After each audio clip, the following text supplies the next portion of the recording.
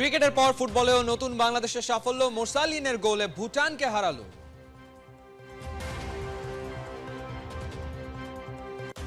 টাইগাররা এবার ভারত সাউথ আফ্রিকাকে দিচ্ছে চোখ রাঙানি। কাপ্তান শান্ত বলছেন গোটা দল দারুণ আত্মবিশ্বাসী। পাকিস্তানের পর ভারতকে শিকার বানাতে মরিয়া বাংলা, প্রস্তুতি শুরু করে দিয়েছে রিয়াদ, আফিফ, মুস্তাফিজরা। 21 বছরে প্রথমবার এমন ঘটনা ঘটল, ব্যালন অরের সংক্ষিপ্ত তালিকায় নেই মেসি, রোনালদো।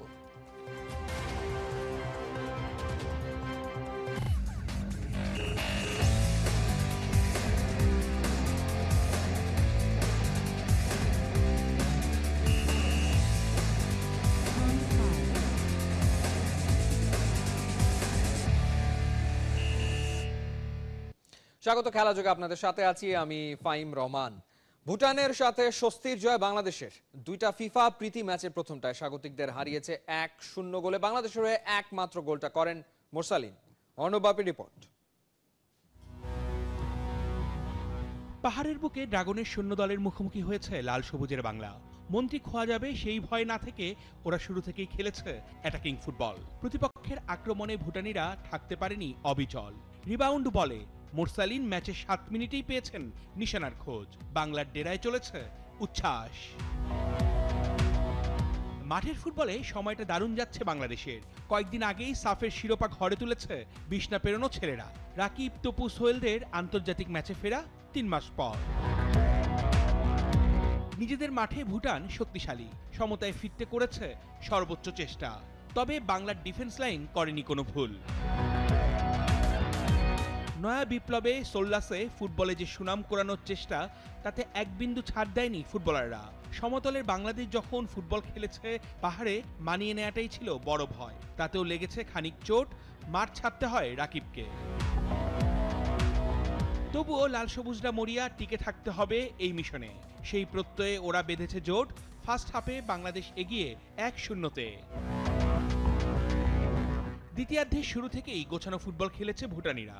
ওদের একের পর এক অ্যাটাক ভেস্তে গেছে মিতুল মারমার বিশ্বস্ত হাতে। পাল্টা অ্যাটাকে গিয়ে ব্যবধান বাড়ানোর সুযোগ হাতছাড়া করেন ফাহিম, মোরসালিনরা। দুই দলের ফরওয়ার্ডদের গোল মিসের মোহরা বাকি সময়টা জুড়ে। শেষ বাঁশি বাজার সাথে সাথেই বাংলায় স্বস্তি। ম্যাচটা জিতে নিয়েছে শুরুতেই দেয়া মোরসালিনের ওই একমাত্র গোলে। খুবই হ্যাপি গোল করে। আসলে একা তো পসিবল না আমাদের, মানে গোলটা আমি আসলে ডেডিকেট করতে চাই আমার যারা টিম মেম্বার যারা আছে সবাইকে। আর ইভেন অ্যাসিস্ট করছে রাকিব ভাই, সুন্দর মানে করছে। আমার কাছে দিয়েছিল কিন্তু গোলকিপারের সাথে লেগে আবার আসে, তো আমি আসলে হ্যাপি গোলের জন্য। এমন জয়ই গাঁটবে বিজয়ের মালা। পাহাড়ের বুকে ঠান্ডা হাওয়া মুখর করে খুলে যাবে সাফল্যের তালা। অর্ণবাপী, 71। পাকিস্তানকে উড়িয়ে দিয়ে এবার টাইগাররা চোখ রাঙানি দিচ্ছে ভারত আর সাউথ আফ্রিকার দিকে। বুধবার রাতে ট্রফি নিয়ে দেশে ফিরে কাপ্তান নাজমুল শান্ত বলেছেন গোটা দল দারুণ আত্মবিশ্বাসী এবং দারুণ শেপে আছে, যা পজিটিভ ফল এনে দিতে পারে ভারত সফরেও। টিম বাংলাদেশ নাকি টেস্টে ভালো করার মোমেন্টামও পেয়ে গেছে। সাইফুল রূপকের রিপোর্ট।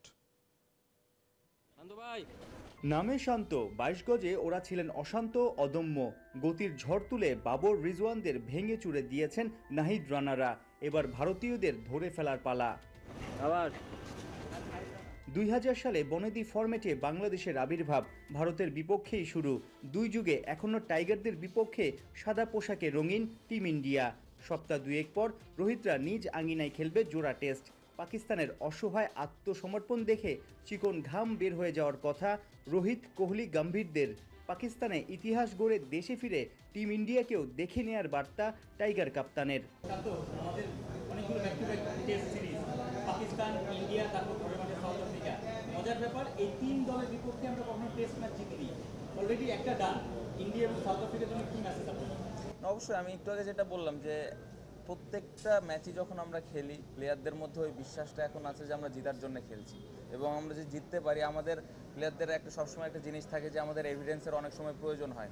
তো আমরা এই জিনিসটা এবার করতে পেরেছি, এবং আমরা জানি যে আমরা যদি আমাদের বেস্ট ক্রিকেটটা খেলতে পারি, যে কোনো দলকে আমরা হারাতে পারবো। সো অবশ্যই খুব বেশি আউটকাম নিয়ে চিন্তা না করে আমরা যদি আমাদের প্রসেসটা ফলো করি তাহলে আমার বিশ্বাস যে আমরা সামনে 2টা সিরিজও ভালো করব। তো এরকম সিরিজ জিতলে তো কনফিডেন্স অবশ্যই প্রত্যেকটা প্লেয়ারের মধ্যে থাকবে এবং টিমেরও একটা কনফিডেন্স লেভেলটা উপরের দিকে থাকবে। বাট ইন্ডিয়া সিরিজ যেটা আপনি বললেন অবশ্যই কঠিন একটা সিরিজ, ওটার জন্য আমাদের নতুন করে আবার পরিকল্পনা করতে হবে, প্রিপারেশন নিতে হবে। সো এখন যে টিমের অবস্থা অবশ্যই আমরা যদি আমাদের বেস্ট খেলাটা খেলতে পারি ওইখানে ভালো করা সম্ভব। ক্রিকেটের লংগেস্ট ফরম্যাট, সবচেয়ে কঠিন খেলা চলে টেস্টে। সেশন বাই সেশনে থাকে উত্থান পতন, কত কত রোমাঞ্চ। সেই কঠিনকেই সহজ করে জিততে শিখে গেছে টাইগাররা। আইসিসি টেস্ট চ্যাম্পিয়নশিপের পয়েন্ট টেবিলে রাঘব বোয়ালদের পেছনে ফেলে সেরা চারে শান্তর বাংলাদেশ। ওয়ানডে এবং টি20তে দেখা যায় বেটার একটা দিনে কিন্তু অনেকেই জিততে পারে, কিন্তু টেস্ট ক্রিকেট আপনার 5 দিন 10 দিনের খেলা অনেক প্ল্যান করতে হয়, পিছিয়ে থেকে এগিয়ে যাওয়ার সুযোগ থাকে। এখন কি আপনার দল বা আপনারা আসলে অনেক বেশি পরিণত মনে হচ্ছে কিনা? আপনি যেটা বললেন যে টেস্ট ক্রিকেট জেতার জন্য প্রত্যেকটা সেশন ভালো খেলা প্রয়োজন, যদিও অনেক সময় একটা দুটা সেশন এদিক ওদিক হলেও কামব্যাক করার সুযোগ থাকে, বাট এটা খুব একটা সহজ বিষয় না। সো প্লেয়াররা অনেক কষ্ট করেছে, কোচিং স্টাফ যারা ছিল অনেক কষ্ট করেছেন, প্রপার পরিকল্পনা আমাদেরকে দিয়েছেন এবং যেটা আমি বলবো যে সবাই টিমের জন্য খেলার চেষ্টা করেছেন। 19 সেপ্টেম্বর থেকে ভারত বাংলাদেশ প্রথম টেস্ট, 15 তারিখ চেন্নাই যাবে টিম বাংলাদেশ। সাদা পোশাকে প্রতিবেশীদের বিপক্ষে প্রথম টেস্ট জয়ের স্বপ্নে বিভোর কোটি ক্রিকেট প্রেমী। সাইফুল রূপক, 71। পাকিস্তানের পর এবার ভারতকে শিকার বানাতে মরিয়া টাইগাররা। কাজটা সহজ হবে না, তবে আগে ভাগেই দেশি কোচদের অধীনে প্রস্তুতি শুরু করে দিয়েছে রিয়াদ, আফিফ, মুস্তাফিজরা। টি20তে বিশ্ব চ্যাম্পিয়ন ভারতকে আটকাতে ছক এঁকে দিচ্ছেন সোহেল ইসলাম, তারেক আজিজ। নাইয়ান মিন জসিমের রিপোর্ট। শিলিগুড়ি বৃষ্টি আর কঠোর পরিশ্রমের ঘাম, রিয়াদ আফিফের প্র্যাকটিস কিটে মিলেমিশে একাকার। ভারতের বিপক্ষে কঠিন সিরিজের আগে চলছে কঠিন প্রস্তুতি। ইনডোর থেকে ড্রেসিং রুমের পথে দুই ফিনিশারের খোশ গল্পে হয়তো উঠে এসেছে 5 বছর আগের একটা সুখ স্মৃতি। ভারতের বিপক্ষে টি20তে একমাত্র জয় সেই 2019 সালে। দিল্লির অরুণ জেটলিতে ওই জয়ে বড় ভূমিকা রেখেছিলেন রিয়াদ আফিফ দুজনে। ইন্ডিয়ার সাথে খেলতে গেলে আপনাকে কী ধরনের ক্রিকেটটা খেলতে হবে সে সম্পর্কে প্লেয়ারদেরকে পরিষ্কার একটা ধারণা দেওয়া উচিত। সোহেল ভাই আমাদের হেড কোচ, আপনি জানেন আমরা একটা চমৎকার প্ল্যানিং নিয়ে নেমেছি। আসলে টি20 ফরম্যাটটা আসলে কিভাবে খেলতে হবে। আপনি নর্মাল ক্রিকেট খেললেও 140, আপনি যদি ইন্ডিয়ার সাথে জিততে চান তাহলে আপনাকে কোন ধরনের ক্রিকেটটা খেলতে হবে। তো খেলার প্যাটার্ন এবং খেলার যে ধরনটা এবং আপনার যেটা বললাম যে আমার হিসাব নিকাশে যে জায়গাটা থাকে ওই জায়গাটা একটা বড় পরিবর্তন আসছে ট্রেনিং প্রোগ্রামের ভিতরে, যে আমরা আসলে কি করতে চাই এবং ওইটা অ্যাচিভ করার জন্য আপনি যদি দেখেন যে একটা লম্বা সময় নিয়ে ব্যাটিং করানো হচ্ছে, যেখানে অনেকগুলো টেকনিক্যাল পার্টের পাশাপাশি গেম সিচুয়েশনে রিডে কীভাবে তিনি খেলবেন। বলারদেরকে বলা হচ্ছে যে আসলে এখন বোলিং করার সময় আমি ডেট ওভার বোলিং করছি না আপনার পাওয়ার প্লে বোলিং করছি বা মিডিল অফ দ্য, প্রত্যেকটা সিকোয়েন্স সম্পর্কে আসলে পরিষ্কার একটা ধারণা দিয়ে আপনার সবাইকে গ্রোম করা হচ্ছে। আগের রাতেই নতুন ইতিহাস লেখা টেস্ট দল নতুন বাংলাদেশে ফিরেছে। এবার ভারতের মাটিতে নতুন কিছু করার ক্ষুধা টি20 দলের ক্রিকেটারদের। দেশি কোচদের অধীনে প্র্যাকটিসও শুরু হয়ে গেছে পুরো দমে। সব ইতিহাসেই থাকে পেছনের গল্প। সোহেল ইসলাম, তারেক আজিজ সেই গল্পের অন্যতম নায়ক। পাকিস্তানের টাইগাররা যা করে দেখিয়েছে তার পেছনে দেশি কোচদের আছে বড় কৃতিত্ব। টেস্ট ক্রিকেটে নিজেদের অবস্থান জানান দেওয়ার জন্য এই প্রসেসটা শুরু হয়েছিল টাইগার্সের ক্যাম্পে দিয়ে। সোহেল ভাইয়ের নেতৃত্বে আমরা আসলে এটা প্ল্যানিং অ্যান্ড প্রোগ্রামিংগুলো সেট করা ছিল। উইথ দ্য ন্যাশনাল টিমের আপনার অ্যাসেট ছিল যেখান থেকে কোন প্রক্রিয়াতে আমরা যাব। তো টাইগারে মাশাআল্লাহ আমরা অনেক ভালো কাজ করেছি এবং মুশফিক, সত্যি কথা বলতে কি মুশফিক আমাদের অনেক হেল্প করেছিল যে আসলে ইন্টারন্যাশনাল এরিয়াতে প্লেয়াররা আসে আমরা কোথায় কোথায় পিছিয়ে আছি। আমরা প্ল্যানিং অনুযায়ী কাজ করেছি এবং all credit goes to player এবং তারা চমৎকারভাবে ডেলিভার করেছে on the field. That's why we are so happy যে প্লেয়াররা আপনার সঠিকভাবে আসলে এটাকে কাজে লাগাতে পেরেছে। সবসময় আমাদের দেশি কোচরা কিন্তু কিছুটা নেগলেক্ট হয়ে আসছে এবং আই হোপ যে এই চেঞ্জটা খুব কুইক আসবে। যে আমাদের কিন্তু অনেক ক্যালিবার কোচ রয়েছে এবং আপনি যখন আপনার এই সাফল্যের দাবিদার কিন্তু সবাই, আপনাকে হাতুড়েকেও দিতে হবে আবার আমাদের লোকাল কোচদেরকেও দিতে হবে। পাকিস্তানে পুরো টেস্ট সিরিজে ছিল টাইগার পেস বোলারদের রাজত্ব। বিশেষ করে হাসান মাহমুদ, নাহিদ রানারা গতি, সুইং আর লাইন লেংথে পুরো ক্রিকেট বিশ্বকেই অবাক করেছে।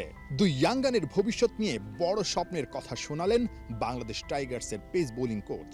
এবং আমার ধারণা একদিন আপনি দেখবেন যে হাসানও 145-এ বল করতে পারবে, বিকজ তার সেই ধরনের ক্যালিবার আছে এবং তার আউটসুইংটা নিয়ে কাজ করা হয়েছে এবং আউটসুইংটা কোন জায়গাটাতে করলে বেসিক্যালি ব্যাটসম্যানের জন্য মোস্ট ট্রাভেল হতে পারে এবং উইকেট টেকিং চান্সটা বাড়তে পারে, ওই জায়গাগুলোতে ফাইন টিউনিংয়ের কাজটা আমরা আসলে টাইগারে ওই সময় অনেক বেশি এই বিষয়ে কাজ করা হয়েছে। নাহিদ রানাকে আসলে একটা স্পেশাল ট্যালেন্ট হিসেবে দেখি। এগুলো আসলে 10-12 বছর বা 20 বছরে একটা দুইটা আসে আপনার এরকম এক্সপ্রেস, এবং এদের নার্সারিং প্রসেসটা খুব জরুরি। আসলে দেখার বিষয় যে ডিফারেন্ট টাইম সময় ওরা বিভিন্ন কোচের আন্ডারে কাজ করবে, এখন কে কীভাবে তাকে নার্সারিংটা করবে। ইনজুরি ম্যানেজমেন্ট একটা বড় পার্ট, যেখানে আপনার তাকে খুব যত্ন সহকারে আপনার টেক কেয়ার করতে হবে। তো সেই জায়গাটা যদি নাহিদ রানা নিজের থেকে আপনার তার টেক কেয়ারিং প্রসেসটা ভালো করে জানতে পারে, অবশ্যই সে বাংলাদেশের একদিন এক্সপেক্টেড হবে। পাকিস্তান সফর থেকে ফিরে টাইগারদের মাত্র 3 দিনের ছুটি, এরপরই নেমে যেতে হবে ভারত সফরের মিশনে। 8 সেপ্টেম্বর থেকে শুরু হচ্ছে আনুষ্ঠানিক অনুশীলন, যেখানে চন্ডিকা হাথুরু সিংহের সঙ্গে থাকবেন দেশি কোচরাও। নাহিয়ান বিন জসিম, ৭১। সময়টা ভালো কাটছে না সাকিবের। মাঠ কিংবা মাঠের বাইরে আলোচনায় থাকাটা সাকিবের জন্য নতুন নয়, তবে এবারের আলোচনা ভিন্নধর্মী। হত্যা মামলার আসামি করা হয়েছে দেশসেরা ক্রিকেটারকে। যদিও ঘটনার সময়টায় সাকিবের ব্যস্ততা ছিল কানাডার গ্লোবাল টি20কে ঘিরে, তবে জীবনের এই ঘোর অমানিশায় সাকিব আলো হিসেবে পেয়েছেন দেশের ক্রিকেটটাকেই, যে ক্রিকেটকে গেল 18 বছর তিনি আলোকিত করেছেন বিশ্ব মানচিত্রে। বিস্তারিত রেদওয়ান শাওনের রিপোর্ট। এতটা পথ পেরিয়ে এসেছি, তবু যেন হয়ে গেছি অচেনা। স্বপ্নেরা খুঁজে যায় শেষটা, আছে কি রাখা বাঁচার ঠিকানা। গেল বছর ডিপিএলের এই দৃশ্যটাই যেন সাকিবের জীবনের বর্তমান। কাঁধে যে চেপে বসেছে পাহাড় সমচাপ, এখন ওই পাগুলোই তো শেষ ভরসা। 18 বছর লাল সবুজ জার্সিতে জড়িয়ে থাকা সাকিব আছেন ক্যারিয়ারের অন্তিম মুহূর্তে, যে সময়টায় মানুষ স্বপ্ন সাজায় অবসর জীবনের পরিকল্পনাতে। কিন্তু সে সুযোগ আর হলো কই? হত্যা মামলা যে জড়িয়ে গেছে সাকিবের নামের পাশে। যদিও বাস্তবতা বলছে ঘটনার সে সময়টায় সাকিবের ব্যস্ততা ছিল কানাডার গ্লোবাল টি20তে। দেশে না থেকেও এমন মামলা তাই হাস্যরস জুগিয়েছে পুরো দেশ জুড়ে। জীবনের এই ঘোর অমানিশায় সাকিব অবশ্য আলো হিসেবে পেয়েছেন দেশের ক্রিকেটটাকে, যে ক্রিকেটটাকে 18টা বছর সাকিব আলোকিত করেছেন বিশ্ব মানচিত্রে।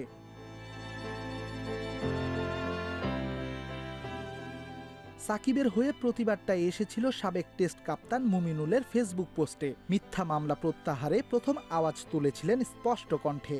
এরপর সে কাতারে যোগ দিয়েছেন অভিজ্ঞ মুশফিক থেকে দলের অধিনায়ক নাজমুল শান্ত। কাঁধে কাঁধ রেখে একই সুরে প্রতিবাদ জানিয়েছেন সাকিবের প্রতিটা সতীর্থ। রাওয়ালপিন্ডিতে উপাখ্যান লিখে দেশে ফিরেছে ঘরের ছেলেরা। রাজকীয় বরণে ফুল হাতে এদিন বিমানবন্দরে উপস্থিত বিসিবির কর্মকর্তারা। ঐতিহাসিক জয় নিয়ে সবাই দেশে ফিরলেও সাকিব ছুটে গেছেন যুক্তরাজ্যে, খেলবেন কাউন্টি ক্রিকেট। দলের সাথে সাকিব না ফিরলেও প্রধান উপদেষ্টার গ্র্যান্ড রিসিপশনে সাকিব ইস্যুতে ডক্টর মোহাম্মদ ইউনুসের সাথে কথা বলবেন বাংলার কাপ্তান। সাকিব ভাইয়ের বিষয়টা নিয়ে অবশ্যই এটা একটা ডিফারেন্ট বিষয়, বাট প্রত্যেকটা প্লেয়ার সাকিব ভাইয়ের পাশে আছেন, এবং এই বিষয়টা নিয়ে আমরা সবাই জানি সাকিব ভাই কতটুকু খেলার জন্য ডেডিকেটেড, এবং খেলার জন্য কতটুকু পাগল, টিমের জন্য ভালো করার জন্য কতটুকু সবসময় টিমের জন্য খেলার জন্য চিন্তা ভাবনা করেই থাকেন। বাট হ্যাঁ, অবশ্যই যখন দেখা হবেন অবশ্যই এটা নিয়ে যদি কথা ওঠে, প্রত্যেকটা প্লেয়ার সাকিব ভাইয়ের পাশে। এদিকে সাকিব ইস্যুতে নিজের অবস্থান আগেই পরিষ্কার করেছেন বিসিবির নতুন সভাপতি ফারুক আহমেদ। মামলা প্রমাণ হওয়া না অবধি দেশের হয়ে প্রতিনিধিত্ব করতে বাধা নেই সাকিবের। গুঞ্জন আছে এই সময়ে সাকিবকে আইনি সহায়তাও দেবে দেশের ক্রিকেট বোর্ড। জীবনের এই কঠিন সময়টায় দেশের পুরো ক্রিকেট যেন সাকিবকে আগলে রেখেছে পরম মমতায়। ধেয়ে আসা প্রবল ঝড়েও সাকিব হয়তো খুঁজে পাচ্ছেন বড় ভরসা। চ্যাম্পিয়ন্স ট্রফিটা যে খেলতে হবে সাকিবকে, চাপমুক্ত থেকেই সাজাতে হবে ক্যারিয়ারের শেষ টুর্নামেন্টটার পরিকল্পনা। রাওয়ালপিন্ডির মতো যেন চ্যাম্পিয়ন্স ট্রফির ফাইনালেও শান্ত বলতে পারেন। মুশফিক ভাই সাকিব ভাই যখন ব্যাটিং করছিল, আমরা সবাই ড্রেসিং রুম থেকে যাচ্ছিলাম যে এই দুজনই খেলাটা শেষ করুক। এত বছর ধরে ওনারা বাংলাদেশের হয়ে খেলছেন, কত ম্যাচ জিতিয়েছেন। রেদওয়ান শাওন, ৭১। ক্যারিয়ারের সেরা সময় মেহেদী হাসান মিরাজ। গত 1 বছরের পারফরমেন্স বলছে মিরাজই বর্তমানে টাইগারদের সেরা ব্যাটসম্যান এবং সেরা বোলার। ব্যাট হাতে ফর্মের তুঙ্গে, বল হাতে বিদেশের মাটিতেও পাচ্ছেন সাফল্য। রহমান পেয়ারের রিপোর্ট। ব্যাটিং কিংবা বোলিং, এই মুহূর্তে সাদা পোশাকে বাংলাদেশের সেরা তারকা মেহেদী হাসান মিরাজ খুঁজে পেয়েছেন স্বপ্নের ঠিকানা। প্রতিদিনই নিজেকে ছাড়িয়ে যাওয়ার চেষ্টা, দলকে জয় এনে দেওয়ার তাড়না। কঠোর পরিশ্রম তার জীবনের মূল মন্ত্র। অনেক চেষ্টা করেই পেয়েছেন সাফল্য। বাংলাদেশও পেয়েছে এক রত্ন। পাকিস্তানের বিপক্ষে ঐতিহাসিক সিরিজ জয়ে ব্যাটে বলে অনন্য। 2 টেস্টেই তার ব্যাটিং ছিল দলের জন্য ভীষণ গুরুত্বপূর্ণ। বল হাতে ম্যাচের মোড় ঘোরানো। গত 1 বছরে মিরাজ টেস্টে বাংলাদেশের সেরা ব্যাটসম্যান। 10 ইনিংসে 380 রান ওর ব্যাটে। মুমিনুল আর মুশফিক পরের 2টা স্থানে। গত 1 বছরে টেস্টে বাংলাদেশের সেরা বোলারের নামও মিরাজ। বল হাতেও করেছেন রাজ। 11 ইনিংসে 23 উইকেট তার শিকার। বিদেশের মাটিতেও বেড়েছে বোলিংয়ের ধার। চলতি বছর ব্যাটিংয়ে সেরা সময়ে আছেন এই অলরাউন্ডার। 6 ইনিংসে অ্যাকাউন্টে 287 রান তার, গড় 57। আইসিসি টেস্ট অলরাউন্ডারদের র্যাঙ্কিংয়ে সেরা 10-এ জায়গা করে নিয়েছেন মিরাজ। সবার উপরে জাদেজা, 2-এ আশ্বিন, 3-এ সাকিব। ইংল্যান্ড ও ভারতের 3 জন করে আছেন সেরা 10-এ, বাংলাদেশের 2 জন। রহমান পেয়ার, 71। 5 অগস্ট থেকে 5 সেপ্টেম্বর গণ অভ্যুত্থানের 1 মাসে ক্রীড়াঙ্গনে হয়েছে অভ্যুত্থান। দায়িত্ব ছেড়েছে বেশ কিছু ফেডারেশনের কর্মকর্তারা, ছাড়ার পথে আছে আরো অনেকে। নেপালে অনূর্ধ্ব-20 সাফ জয়, আর ক্রিকেটে পাকিস্তানের মাটিতে টেস্ট সিরিজ জয় বুঝিয়ে দেয় আগামীতে নতুন বাংলাদেশে খেলোয়াড়রা আনবে রাঙা প্রভাত। মেহেদী নাইমের রিপোর্ট। উষার দুয়ারে যারা ভোর এনেছিল, রাঙা প্রভাতে যারা পানি লাগবে পানি বলে তাজা করেছিল এক একটা সংগ্রামী প্রাণ, সেই তিমির রাত ফুরোবার 1 মাস হলো পূর্ণ। 5 আগস্ট কিংবা 36 জুলাই গণ অভ্যুত্থানের 30 দিনে বাংলার ক্রীড়াঙ্গনও স্বাধীনতার আনন্দে নয়া ইতিহাস লিখে চলছে।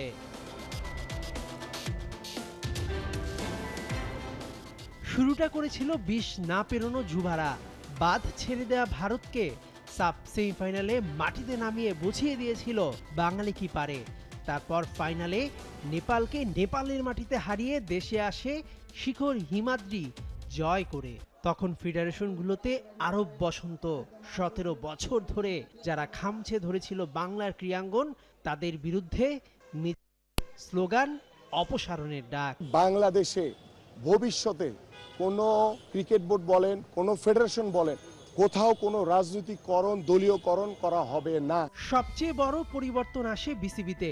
শেষ হয় নাজমুল হাসান পাপন অধ্যায়। নতুন সভাপতি হিসেবে দায়িত্ব গ্রহণ করেন ফারুক আহমেদ। যেন নতুন নেতৃত্ব সবাইকে নতুন করে উজ্জীবিত করে।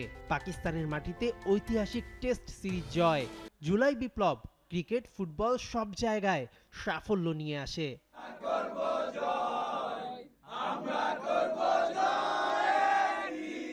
'তবে এখনো আসন আঁকড়ে ধরে আছেন বাফুফে সভাপতি কাজী সালাউদ্দিন। ফের নির্বাচনের ঘোষণা তার। 17 বছর ধরে দেশের ফুটবলের 12টা বাজিয়ে শেখ হাসিনার মতোই যিনি আরেক স্বৈরাচারী, কোনোভাবেই আসন ছাড়ছেন না। এসব দুর্নীতিবাজদের বের করতে যুব ক্রীড়া উপদেষ্টা আসিফ মাহমুদ গঠন করেছেন সার্চ কমিটি, যারা ইতোমধ্যে কাজ শুরু করেছেন।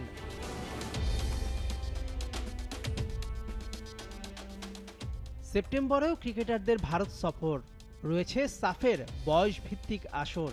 রাঙা প্রভাত আনা মানুষের জন্য লড়বে শান্ত, জামাল ভুইয়ারা, কেননা জেনারেশন জির এই বাংলাদেশ হার মানে না। মেহেদী নাইম, 71। 21 বছরে প্রথমবার ফুটবল দুনিয়ায় ঘটলো এমন ঘটনা। বেলোদা অরের সংক্ষিপ্ত তালিকা থেকে একসাথে বাদ পড়লেন লিওনেল মেসি আর ক্রিস্টিয়ানো রোনালদো। ফরাসি সাময়িকী ফ্রান্স ফুটবল বুধবার প্রকাশ করে 30 জনের শর্টলিস্ট, যেখানে জায়গা পেয়েছেন কিলিয়ান এমবাপে, ভিনিসিয়াস জুনিয়ররা। 28 অক্টোবর ঘোষণা করা হবে বিজয়ীর নাম। কোহিনুর গনা রিপোর্ট। মিলেনিয়াল থেকে জেনজি, এই 2 জেনারেশনকে একসাথে হাসিয়েছে, কাঁদিয়েছে, দিয়েছে উত্তেজনায় টইটুম্বুর সহস্র রাত। কে সেরা? কে হবেন সবচেয়ে বেশি গোল স্কোরার? কার হাতে উঠবে ট্রফিটা? লিওনেল মেসি নাকি ক্রিস্টিয়ানো রোনালদো? এই একই প্রশ্নে বছরের পর বছর সম্মোহিত ছিল পুরো দুনিয়া। অতঃপর নক্ষত্রের যেমন আয়ু ফুরায় একদিন মরে যেতে হয়, ঠিক তেমনি আনুষ্ঠানিকভাবে হয়েই গেল ক্রিশ্চিয়ানো রোনালদো, লিওনেল মেসি দুই মহাতারকার লেজেন্ডারি যুগের অবসান। 21 বছরে প্রথমবার ব্যালন ডি'অরের নমিনেশন লিস্ট থেকে একসাথে বাদ পড়লেন ফুটবল দুনিয়ার দুই সুপারস্টার। 2023 সালে ব্যালন ডি'অরের প্রাথমিক তালিকা থেকে বাদ পড়েছিলেন রোনালদো, আর সেবারই 8ম ব্যালন ডি'অর জিতে নিয়েছিলেন লিওনেল মেসি। আর বছর ঘুরতে এবারের তালিকা থেকে বাদ পড়লেন দুই বিশ্বসেরা। ব্যালন ডি'অর জয়ে মেসি রোনালদো ধ্রুপদীর লড়াইয়ের শুরুটা হয়েছিল সেই 2003 সাল থেকে। গেল 21 বছরে সবচেয়ে বেশি মনোনয়ন পেয়েছেন এই দুজন। ক্রিশ্চিয়ানো রোনালদো 18 বার, লিওনেল মেসি 16 বার। এ পর্যন্ত দুজনে মিলে ব্যালন ডি'অর জিতেছেন 15টা। গেল 16 বছরে দুজনে মিলে জিতেছেন 13টি পুরস্কার। আর্জেন্টাইন সুপারস্টার নামের পাশে ইতিহাসে সবচেয়ে বেশি 8টি ব্যালন ডি'অর, আর CR7 জিতেছেন 5টা। আর এই নিয়ে টানা 2 সিজনের সংক্ষিপ্ত তালিকায় জায়গা হারিয়েছেন ক্রিশ্চিয়ানো রোনালদো। আর 2022 সালে ক্যারিয়ারে প্রথমবার বাদ পড়েছিলেন লিওনেল মেসি। ফরাসি সাময়িকী ফ্রান্স ফুটবল ব্যালন ডি'অরের জন্য 30 জনের সংক্ষিপ্ত তালিকা প্রকাশ করেছে। এই লিস্টে রিয়াল মাদ্রিদ তারকাদের জয় জয়কার। ভিনিসিয়াস জুনিয়র, বেলিংহ্যাম, কারভাহাল আর সদ্য যোগ দেয়া কিলিয়ান এমবাপে, এমনকি সদ্য ক্লাব ফুটবল থেকে অবসরে যাওয়া টনি ক্রুসও আছেন এই তালিকায়। রিয়াল মাদ্রিদ বার্সেলোনা তুমুলের লড়াইটা জমে উঠেছে ব্যালন ডি'অরে। দুই ক্লাবের কাছেই আছে এখন মোট 12টি করে অ্যাওয়ার্ড। চলতি বছর বার্সাকে টপকে যাওয়ার মোক্ষম সুযোগ তাই লস ব্লাঙ্কোদের। সাংবাদিকদের ভোটে যে পাবে সবচেয়ে বেশি ভোট, আগামী 28 অক্টোবর প্যারিসে তার হাতেই উঠবে ব্যালন ডি'অরের অ্যাওয়ার্ড। কোহিনুর কণা, 71। চলছে খেলাযোগ সরাসরি সংবাদ অনুষ্ঠান দেখতে চোখ রাখুন 71-এর ফেসবুক পেজে এবং সাবস্ক্রাইব করুন 71-এর ইউটিউব চ্যানেল। 71-এর সাথেই থাকুন।